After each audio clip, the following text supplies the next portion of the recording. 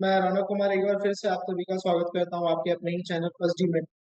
So friends, आज के video में हम लोग जानने वाले हैं एक नए स्टॉक के बारे में, जो कि काफी अच्छा ऑल टाइम हाई का ब्रेकआउट दिया है। स्टॉक का नाम मैं आगे आप लोगों को बताऊंगा, डिस्कस करूंगा। उससे पहले अगर किसी ने हमारे चैनल को सब्सक्राइब नहीं किया है तो उसे सब्सक्राइब करें फर्स्ट डी में। ठीक है, यहाँ पर पे आप देख सकते हो कि अच्छे अच्छे इन्फॉर्मेशन जो है आप लोगों के लिए लेकर के आते रहते हैं।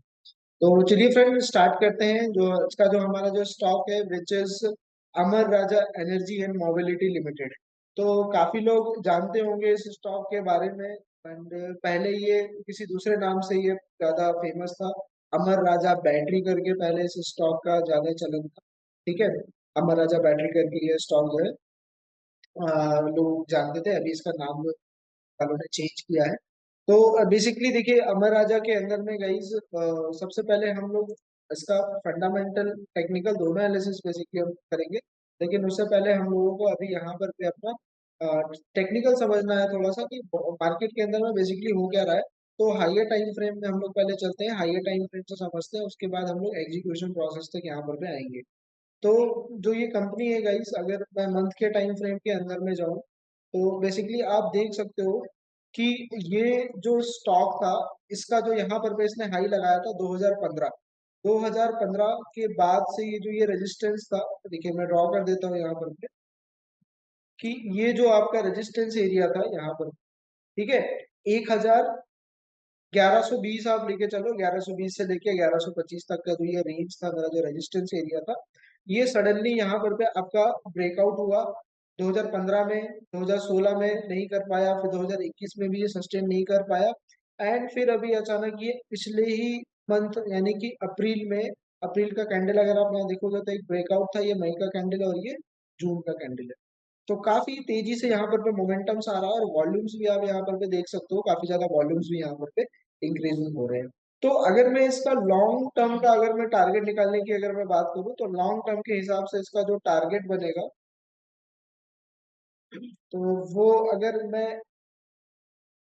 अगर मेरा अनुमान सही है तो इसका जो टारगेट मेरा जा रहा है वो 1900 रुपए के आसपास का जा रहा है, जो कि आपको थोड़ा सा मिड टर्म होल्डिंग्स अगर आप इस स्टॉक में लेते हैं, ठीक है, तो आपको इस एक साल के अंदर अंदर आपको ये जो है जो रिटर्न है ये मिल सकता है। तो अगर करंट मार्केट प्राइस से भी देखूं तो कम से कम एटलीस्ट अभी 35 to 36% तक का रिटर्न जो है ऊपर की तरफ में जो है इस स्टॉक के अंदर में मूवमेंट बचा हुआ है। ठीक है, तो लेकिन अभी बहुत लोग बोलेंगे कि देखो बहुत ज्यादा स्टॉक जो है वो ऊपर निकल चुका है। हाँ, ऊपर निकल चुका है ये स्टॉक, लेकिन देखिए बेसिकली क्या है कि अभी ये जो स्टॉक है आपका एक अच्छे एक अप ट्रेंड के अंदर में है। ठीक है, यहाँ से अगर आप देखोगे तो एक अच्छा अप ट्रेंड इसने स्टार्ट किया है, और काफी टाइम के बाद में जब भी कोई स्टॉक अपने हाई को मल्टी ईयर ब्रेकआउट लेकर के निकलता है, ठीक है, वो भी इस तरह के लार्ज वॉल्यूम के साथ में, काफी ज्यादा पोटेंशियल होता है कि वो अपने टारगेट्स को जो है वो हिट करे। तो 1900 का इसका टारगेट है बेसिकली।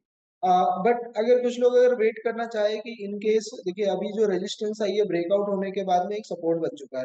तो अगर ब्रेकआउट होने के बाद में अगर ये स्टॉक इस लेवल पे वापस आता है, यानी कि 1100 के लेवल पर पे अगर ये वापस आता है और वापस यहाँ पर पे आपको ये मूवमेंट ऊपर जाते हुए दिखाई देगा, तो आप इसको अगेन यहाँ पर पे बाय कर सकते हो। अगर मान लो अभी आप बाय कर लियो तो इस जगह पर पे आप इसको एवरेज कर सकते हो। जो फाइनल स्टॉप लॉस रहने वाला है स्टॉक का, वो 1000 का रहने वाला है। 1000 के नीचे जो है गाइस ये स्टॉक फिर खराब हो जाएगा।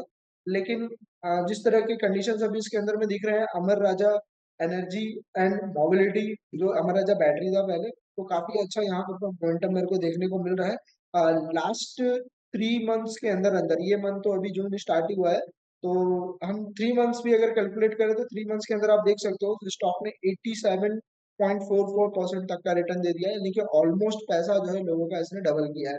अभी और पोटेंशियल है इसके अंदर में, जैसे मैंने बताया 30-35% और इसके अंदर में जो है एक अच्छा रिटर्न मिल सकता है। तो चलिए, ये तो रही मंथली कैंडल्स की बात की ऑल टाइम हाई ब्रेकआउट करके उसके ऊपर ये सस्टेन कर रहा है।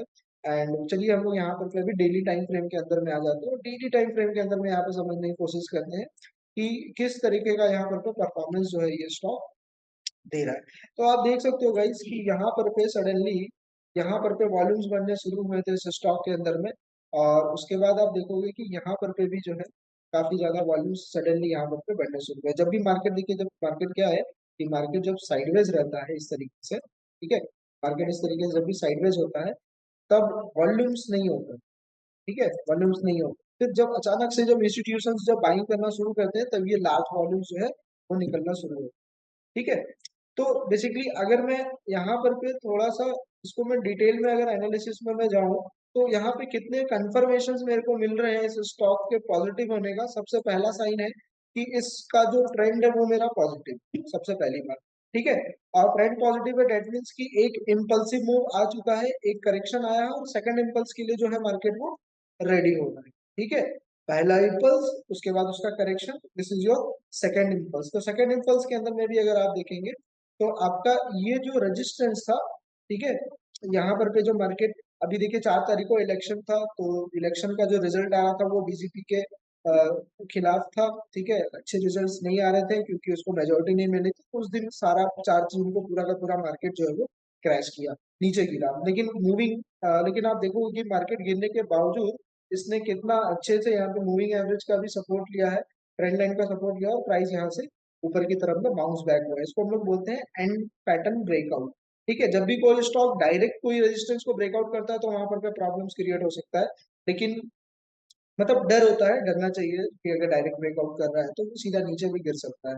बट अगर कोई स्टॉक इस तरह से राउंड करके यानी कि एंड पैटर्न अगर ब्रेकआउट देता है, एक बार गया रिजेक्शन लिया फिर थोड़ा सा डाउन आया और डाउन भी आया, तो एक और मैं आपको कंफर्मेशन यहाँ पर पे देना चाहूंगा which is Fibonacci retracement level. तो अगर मैं यहाँ से यहाँ तक अगर फिबोनाची रिट्रेसमेंट लेवल निकालता हूँ तो आप देख सकते हो कि ये जो मेरा डिमांड जोन बन रहा है 50 और 60, 50 एंड 61.8% का जो लेवल बन रहा है, एग्जैक्ट प्राइस इसी लेवल पे आकर के यहाँ से जो है शूट अप किया है ऊपर की तरफ में। और एक बहुत ही प्यारा हमको यहाँ पर पे एक ब्रेकआउट कैंडल हमको यहाँ पे मिला है, जिसका टारगेट जो है मैंने आप लोगों को ऊपर की तरफ दिया है 1900 रुपए, ठीक है। सो अगर ये प्राइस यहाँ से अगर भी हम लोग काउंट करें यहाँ तक तो आराम से 30 से 35% का जो है यहाँ पर रिटर्न हमको मिलने के चांसेस है, प्लस वॉल्यूम भी यहाँ पे increase हो रही है। तो बहुत सारे कंफर्मेशन है, जैसे कि रेजिस्टेंस का ब्रेकआउट ऑल टाइम हाई के ऊपर में ब्रेकआउट है, ठीक है, फिबोनाची लेवल लिया और इस तरह के रिजल्ट्स आने के बावजूद ये जो स्टॉक है ये ब्रेकआउट दे करके ऊपर की कोशिश कर रहा है, टेक्निकली अच्छा है। तो यहाँ पे मूविंग एवरेज भी अगर आप देखोगे तो मूविंग एवरेज राइजिंग है, दोनों के दोनों जो मूविंग एवरेज है, ठीक है, आप देख सकते हो मूविंग एवरेज का कि डायरेक्शन में किस तरफ है। तो बहुत यहाँ पर भी पॉजिटिविटी है इस स्टॉक के अंदर में। तो अपना 10% कैपिटल, छोटे से कैपिटल के साथ में आप इस स्टॉक के साथ में प्रॉपर एक स्टॉप लॉस लेकर के आप यहाँ इसको प्ले कर सकते हो, ठीक है। अब चलिए थोड़ा सा इसका फंडामेंटल्स की अगर हम लोग बात करें तो फंडामेंटल क्या कहता है उसे भी समझना बहुत ज्यादा इंपॉर्टेंट हो जाता है किसी भी स्टॉक्स के लिए। तो स्क्रीनर के अंदर में मैं आ गया हूँ और यहाँ पर अमर राजा एनर्जी एंड मोबिलिटी, यहाँ पर के मैं इसको ओपन कर चुका हूँ। अगर आप यहाँ पर के देखोगे गाइस तो मार्केट कैप की अगर मैं बात करूँ तो लार्ज कैप की कंपनी है, 25,645 करोड़ का इसका मार्केट कैप है। स्टॉक का पी अगर आप देखोगे तो 28 मतलब कि बहुत फेयर वैल्यू पे अभी इसका जो प्राइस रेशियो है वो हमको यहाँ पर देखने को मिल रहा है, ठीक है। अब बुक वैल्यू के हिसाब से 370 रुपए का है, वैसे करंट प्राइस अभी इसका 1401 रुपए चल रहा है जो अचानक से भी बढ़ना स्टार्ट हुआ।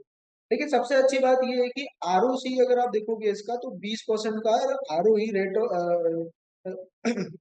आरओई अगर आप यहाँ पे देखते हो तो 15% का यहाँ पर आरओई आ रहा है। तो आरओई बेसिकली मैं जो कंसिडर करता हूँ वो 5 या 7 के ऊपर होना चाहिए आरओआई जो है स्टॉक का। फेस वैल्यू की अगर हम बात करें तो फेस वैल्यू 1 का है, तो फेस वैल्यू 1 का है और स्टॉक का पी भी 28 का है। तो उस हिसाब से ये जो स्टॉक है मेरा वो एक अंडर वैल्यूड कैटेगरी में आ रहा है, यानी कि महंगा दाम पर पे आप नहीं ले रहे हैं इसे, ठीक है, या महंगे दाम पर पे नहीं मिलता है कि 1400 रुपये बोल रहे हैं तो पहले स्टॉक हो। तो अच्छा खासा फेयर वैल्यू है इसका। अगर हम डेप्थ की बात करें तो कंपनी पे कर्ज कितना है, तो मात्र 153 करोड़ का कर्ज है। तो डेप्ट टू इक्विटी भी अगर आप यहाँ पे देखोगे तो 0.02 का डेप्ट टू इक्विटी है, यानी कि 1% से कम होना चाहिए किसी भी कंपनी का डेप्ट। लेकिन यहाँ पर पे तो 0.02 है, यानी कि ऑलमोस्ट डेप्ट फ्री कंपनी, मतलब कंपनी के पास में डेप्थ नहीं है, ठीक है।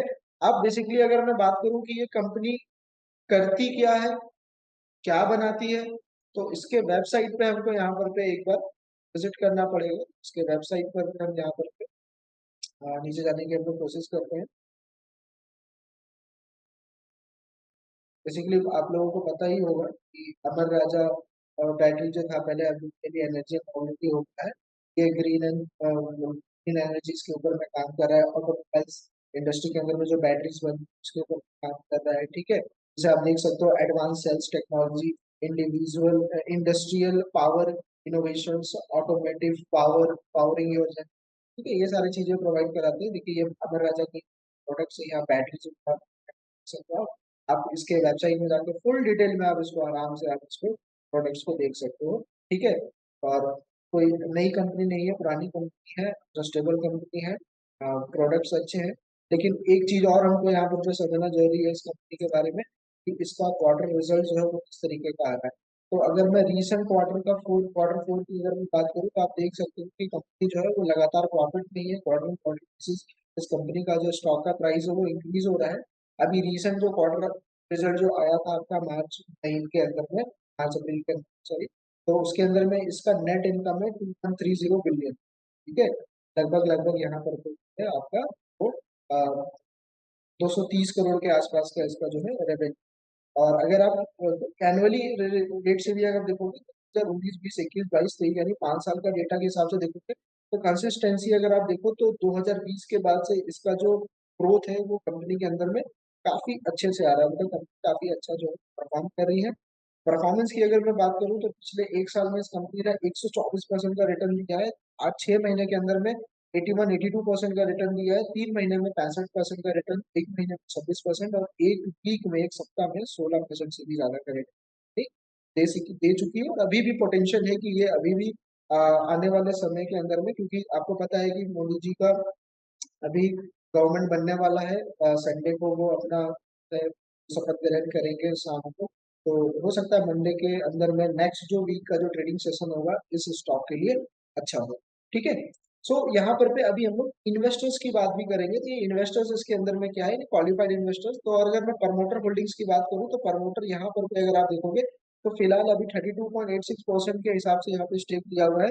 एफआईआई यानी कि फॉरेन इन्वेस्टर इंस्टीट्यूट अगर देखोगे तो 24%, 24.46% का यहाँ पे स्टेक लिए हुए हैं। डीआईआई की अगर आप बात करते हैं तो डीआईआई ने यहाँ पर पे 15.36%, और पब्लिक जो है वो 27.3%। तो डेफिनेटली पब्लिक का जो फिगर है और जो एफआई और डीआई यानी कि डोमेस्टिक इन्वेस्टर्स और फॉरेन इन्वेस्टर्स काफी ज्यादा अट्रैक्ट कर रहा है, वो भी ये स्टॉक इवन पब्लिक को भी कर रहा है।